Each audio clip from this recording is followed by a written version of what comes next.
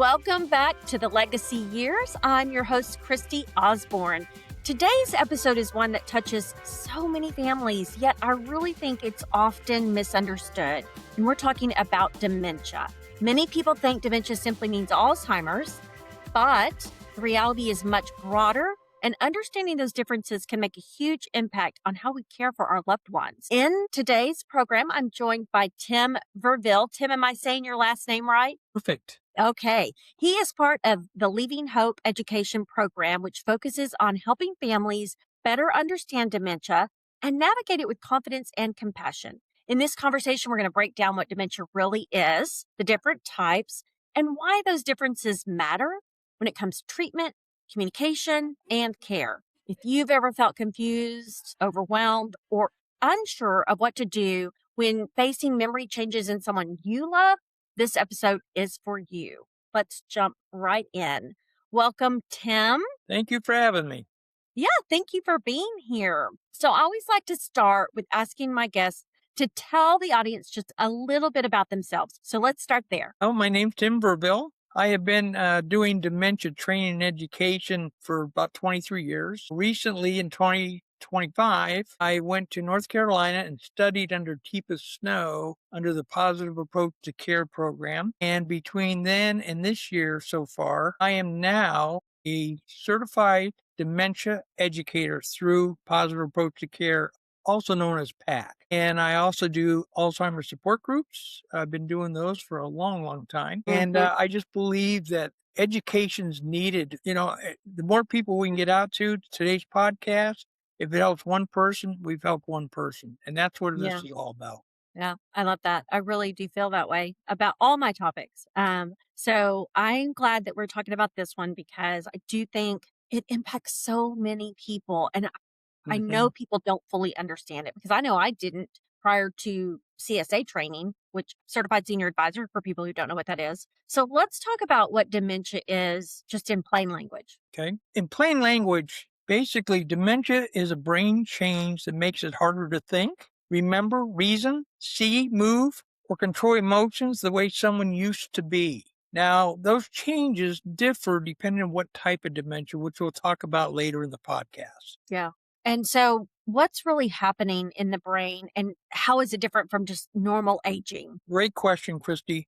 Brain cells are damaged and connections are lost. So what happens is different parts of the brain, depending on where it starts, we lose that activity that part of the brain controls. People don't realize that under Alzheimer's, the brain actually shrinks down to 1/3 its normal size. And it's actually shrinking from the inside out. So you can take a normal person without dementia of the Alzheimer's type and a person with Alzheimer's, and you see the difference in the size of their brain at the end. You think so many people confuse the two. So many people think dementia is Alzheimer's and Alzheimer's is a form of dementia, which is true, but I think people just think they're synonymous. Well, the challenge we have, and it's very simple, we've heard Alzheimer's, Alzheimer's, Alzheimer's for so long. And so when somebody says dementia, that's the first thing they think of. It's like Coke. You know, we say Coca-Cola.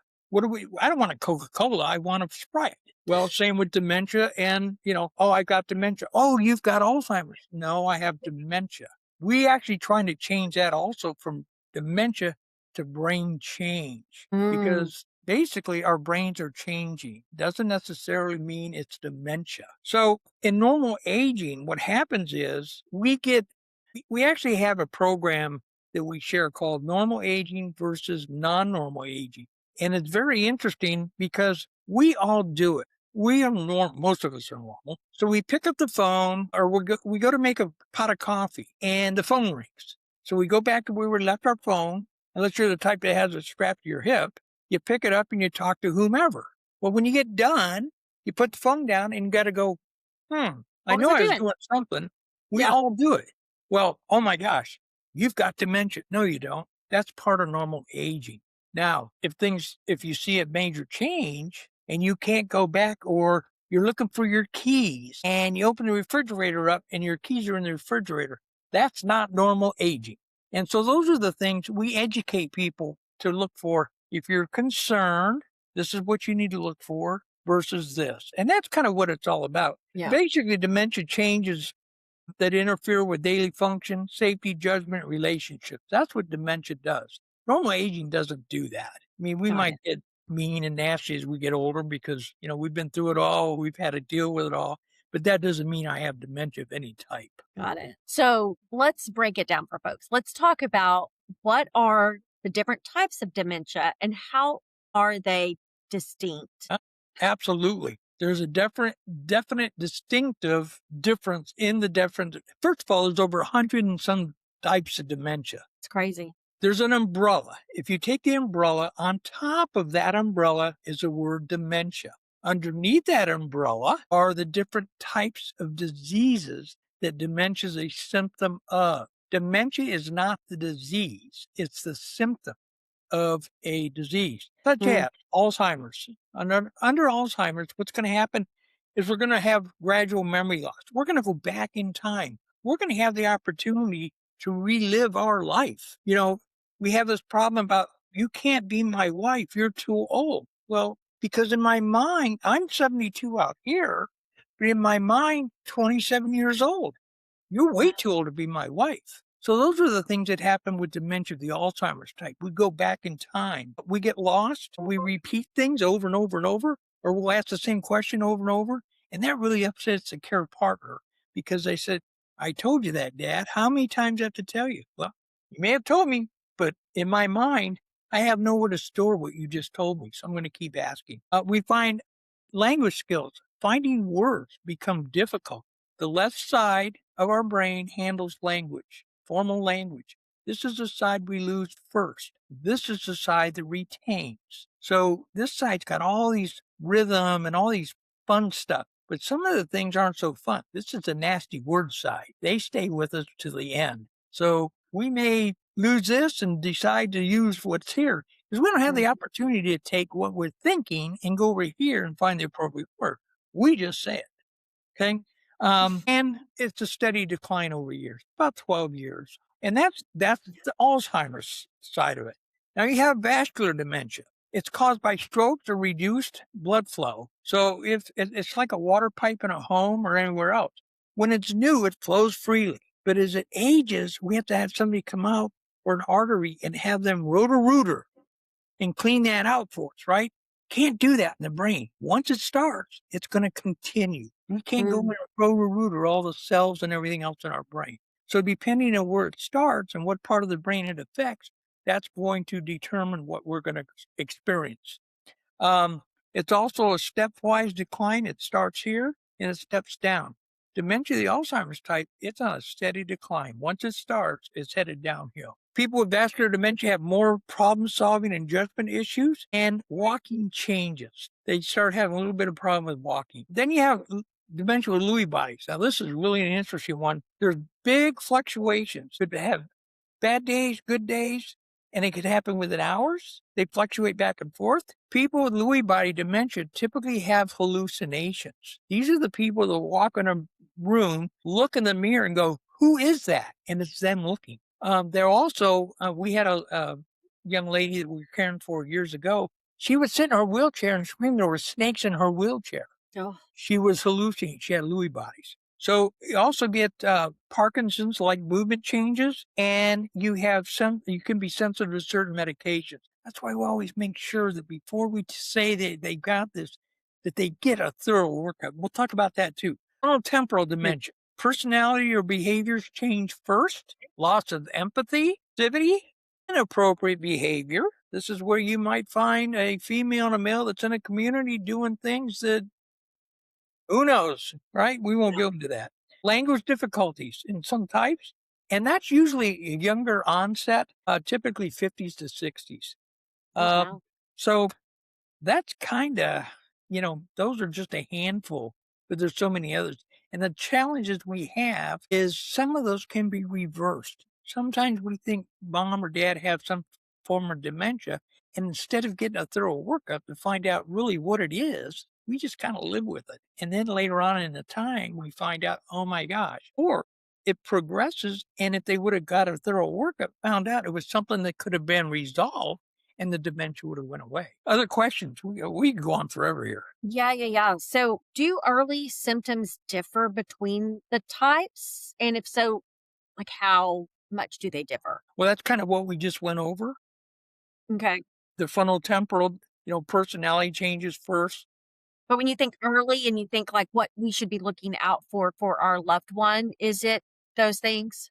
Yes, those are the things you want to be looking for. Like I said, if you're worried that it's dementia, the Alzheimer's type, what are they remembering? When you talk to them, are they taking in and retaining? Kristy, what time's my doctor's appointment today? Tell me any time, Kristy. Give me a time. 2 o'clock. 2 o'clock. Yeah. Before I go, I got to think about asking them about something.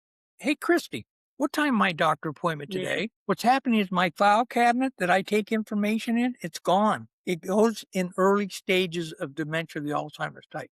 So when I take information in, you think I took it in, but when I go to put it in my file cabinet's gone. So that Yeah. is definitely a concern. If you see somebody with Lewy bodies and they're stumbling and they're having hallucinations, that's some form of dementia, brain change. Okay. So, are there medications or treatments that help one type of dementia but can worsen another type of dementia? It's some of them don't work because of medication. I believe it's let me think about this a minute. Medications respond differently, and behavior support strategies differently. So what happens is you look at safety risk, progression patterns differ, and we got to know the brain that we're working with. So medications do help, but some worse than others. All right. Some antipsychotics can seriously worsen symptoms in Lewy body dementia. Cholinesterase inhibitors may help Alzheimer's and Lewy body, but not typically frontotemporal dementia. Stroke prevention is key in vascular dementia, and that's why it's so important to get a correct diagnosis. Yeah. Sometimes we think they got dementia because of medication error or something that they're allergic to. So if we believe that our person that we're caring for, concerned about, is exhibiting any signs that we don't think's normal aging, get them in, get them a thorough workup, a gerontologist, a neurologist, and say, I need to know, because there Yeah. could be something going on that they can fix, and the dementia, the brain change goes away. But once they get the dementia of the Alzheimer's type, frontotemporal, you can't repair it. It's gone. It'll never Yeah. come back. So let's get that workup beforehand. Say, hey, Right. it's because of this. Okay, let's get it fixed. That'll go away because it hasn't really destroyed the brain. So when you think about the communication and the caregiving, because we're thinking about this from a caregiving standpoint for our loved ones, do you feel like the strategies differ depending on the type of dementia that a person has? Yes. Under Alzheimer's, typically we want to use cueing and visual prompts. We also do a program called Positive Approach to Care. It's how to approach somebody, it's how to establish a personal connection, and it's also to get them to do things. And the way we do that, it's been proven it works very well because we all have an agenda. As a care partner, I have an agenda. So I walk in, your agenda as my loved one may not be on the same agenda that I'm on. I'm here you got to get this done. It ain't going to work. I got to put my agenda in my pocket and work on yours, and eventually, hopefully, be able to pull mine out and complete it also. But our person that we're a care partner for, we need to follow their agenda. That's simple. Otherwise, you're going to have a bad day and a bad experience as a care partner. We don't want to do that. We want to break steps down into break tasks down into small steps, and we don't want to correct. That's the last thing. Dad, you know who I am. Dad, I told you this. Dad, you can't do that. Mom, no, it's not going to get you anywhere because they don't understand that. I'm an adult. I know what I'm doing. No, you don't, Mom. You got a problem. Yeah, let's do that one. Vascular dementia, we have to allow more processing time. We also have to provide simple choices, and we want to support their physical safety. That's important. When people get brain change, they have, our peripheral vision, even when we get older, our peripheral vision changes and it comes in, and eventually we get what we call scuba vision. And if people do this, their peripheral vision's gone. And as the brain continues to destroy itself or the diseases, then all of a sudden we get binocular vision, and then we get monocular vision. Well, if you do this, We see people shuffling when they're walking. Well, if you have this vision or this vision and you're not looking down, you're going to fall over because you're going to Yeah, trip.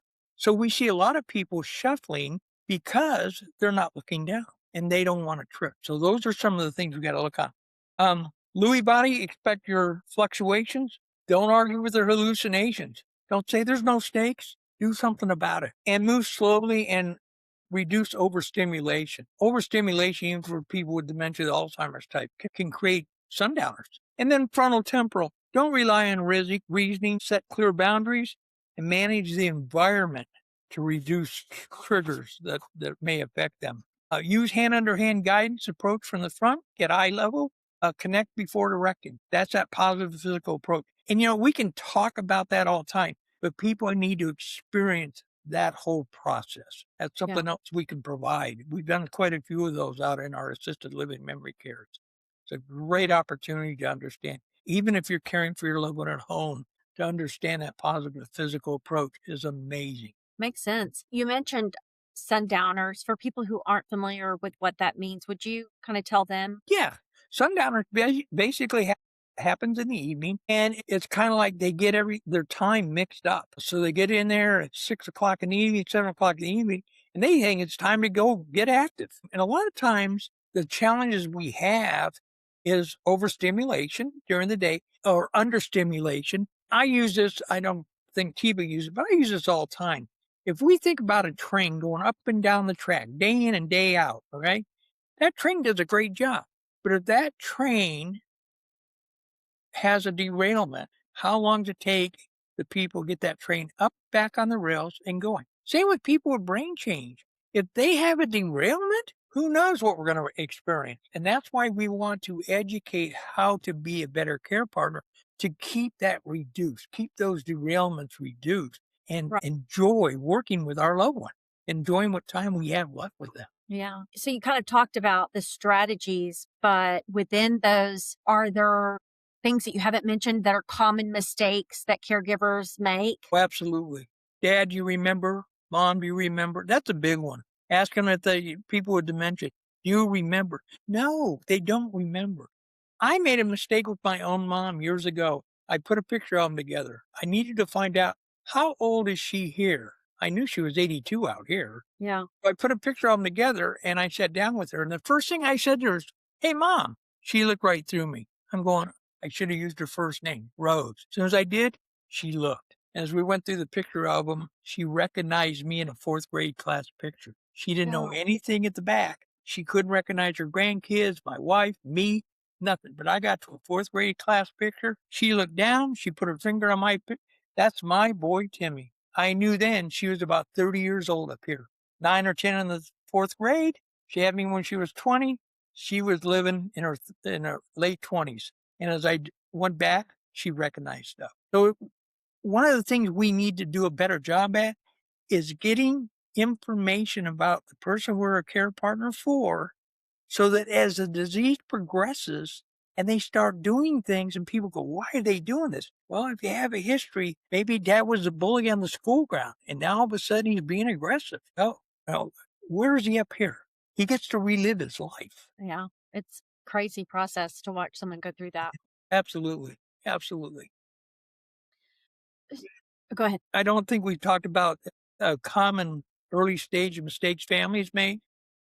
I was about to ask you about that. So, well, we are talking about the mistakes that Yeah. the families make, in the early stages. Yeah, and they're not, you know what? The sad part is they don't know they're making the mistakes because they haven't been educated, arguing about facts.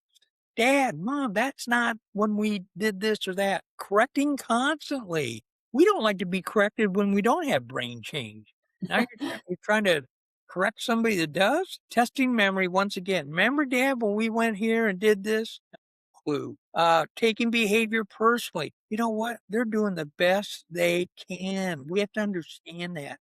And doing too much too fast. Remember, their world is slowing down. We need to slow down with them. Yeah, formal evaluations, we kind of talked about that a little bit. Well, let's talk about that. Let's just talk about when someone should seek a formal evaluation and Sure. what does that process look like? Where you mentioned, oh, well, go to a gerontologist or go to a neurologist. Really, where should someone start? Well, first of all, seek evaluation. Evaluation should be sought when daily life is being impacted, when it's so unusual.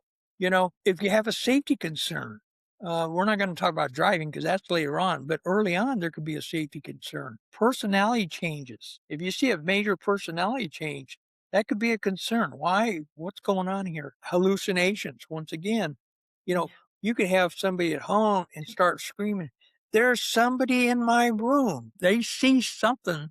They're hallucinating. Those things you definitely want to kind of be aware of. So what are we going to do once we see this or notice unusual behavior, non-normal aging? They need a medical history. Hopefully they've been to the doctor recently Yeah. or in the recent past. Cognitive screening. There's a lot of different cognitive screenings that can be done. Some of them are great, some of them are so-so. Brain imaging, MRTs, CAT scans, to see the plaques and tangles that are in the brain that's causing some of this dementia going on. Lab work to rule out reversible causes. Somebody that has a bad thyroid and doesn't get it treated, they can show signs of dementia. Wow. They get that treated, it goes away. Why not give them that chance? Yeah. And then neuropsych testing. Those are things anytime. And you know what, Kristy? Do it now. If you have concerns, don't wait 6 months down the road because today, I'll go to the doctors. Thanks. Let's go. 6 months down the road, I start feeling like I don't want to go to the doctors because I don't want to hear what he might have to say because I'm starting Yeah. to recognize it. So do it early. Early diagnosis allows planning and skill building, especially if they come back and say, yeah, your dad, your mom, or whoever you're a care partner for, it looks like they've got this dementia. Let's start planning. Learn what you can about it. Be prepared because you got a long road to hoe. Yeah, for sure. I want to talk about two things. First, I want to talk about are there certain lifestyle factors that can reduce Yeah. risk or slow progression? Yeah. I mean, it's the same lifestyles that we're getting told to do everything for everything that's wrong with us. And that's fine. Probably half of us don't do enough of these things. Physical exercise. How much physical exercise do you all get? My little whatever you call it. My watch doesn't even track my steps, but I guarantee you I don't get even close to the steps that they tell me I should get. Heart health management, social engagement. So, I did a support group last night and we were talking about friends and dad possibly having his car taken away. And I said, well, something you want before you do that is does he have friends that would be willing to maybe take him every 2 weeks to get his haircut? And his wife said, dad doesn't have any friends. So where's his social engagement? And I got news for you. They may be social today, but if the disease progresses, those people disappear. The Yeah. friends disappear. And that's the Yeah. sad part of it. Even the wife friends disappear because they don't know how to deal with it. Cognitive stimulation, books, reading, puzzles, just something to keep the mind going. Hearing correction, check hearing. Hearing can be, a lot of times if you and I are communicating and I'm not really hearing you or I can't hear you, that could be a problem. It could be a sign. And then, of course, a better training style diet, get away from all the ice creams and the junk food and all that. Basically, it's everything we're told, whether we have dementia or not. Right. Yeah, which is a good thing. Yeah, it's a good thing. So let's talk about what hope realistically looks like Yeah. after a dementia diagnosis. And that's why we called our company, our program, Leaving Hope. It's not leaving hope that it's going to get better because it's not. But leaving hope, got to remember, that's not a cure. But by having hope, preserved abilities can be supported by us as care partners. The other thing, I don't know if I mentioned it, we're trying to get away from the word caregiver to care partner. Caregiver denotes we're giving all the care. Care partner Yeah. means we're going to keep them involved in their care as long as we can through hand under hand. Connections are still possible. Skills can reduce stress. The more we learn how to be a better care partner, it's going to reduce our stress and possibly theirs. And we can feel confident. We can feel like instead of going, I don't know what to do, I got to wait. We can feel confident that we're making a difference. And that's important is to Mm. know that they're living a better life because of us, a good care partner that's educated. So if there's one major myth about dementia, What do you think it is? Well, as a child, I drove my mom and dad up a wall. Now, dad and mom are getting even with me. They're doing this on purpose, just to get even for all the things I did to them when I was a kid or a teenager. They're doing it on purpose. No, they're not doing it on purpose. It could seem like it. It could say, well, you don't recognize me as your wife? You're doing that on purpose because you don't love me no more. No, they're not. They're not doing that on purpose. Truth is a brain change. It's not manipulation. It's not laziness. It's not in spite. When we shift from control, we go to connection, everything changes. We want to control this process, but we need to connect and be good care partners and learn how to do that. Yeah. Yeah. Okay. Well, let's talk for a second about Leaving Hope because I do want folks to understand what it is that you guys do and how you help folks. So you want to talk a little bit about that? Absolutely. We have several in services that we have gone through training to provide. We have in services for the community. We have in services for professional care partners. I think our biggest goal is to get to as many people as we can to better educate them to what this is all about and how we, whether we're a care partner or a friend or anybody that we come in contact with that has some kind of dementia, we might be able to offer some help to their care partner that doesn't know. People can reach out. We'll meet one-on-one with families, talk about what possibly we can do and help them. Everybody dealing with it. I mean, that's why you have support groups. That's why you have people Mm. reaching out the Alzheimer's Association. There's just not enough of us that are Yep. educated. We can talk about it. We've read books about it. I think Tipa Snow, she's renowned. She is known around the world. And I'm just fortunate to be one of her, whatever you want, students. It's really increased my knowledge, even though been doing this for 23, 24 years. I am so proud of the fact that I have her certification and Yeah. know that what she does, it helps a lot of people. And that feeds into us, her students, and we go out and help a lot of people. Yeah. Yeah. That's great. Yeah. How would folks get in touch with y'all? You can always use my cell phone, that number, and I will give it to you. It's 859-991-4810. I usually answer it. If somebody calls, hopefully it's not spam. If you don't leave me a voicemail, I will delete it and report it as a spam. So leave a voicemail or text me and tell me who you are, what you're looking for. Or you can email me at Tim Verville, V as in Victor, E-R, V as in Victor, I-L-L-E, at hopehealthcareus.com. And I'm pretty quick to get back to you. If you're looking for education, we'd like to sit down with you and find out what type of education you're looking for, because we have a lot of it. And we don't want to waste your time. We want to give you the education that you need to be a better care partner. Yeah. Thank you so much. I really appreciate your time on here today. I appreciate the information that you've provided. I know that it will help someone, even if it helps just one. So thank you so much. Well, thanks for having me, and I wish everybody the very, very best, and blessings to all the people that follow you on your podcast.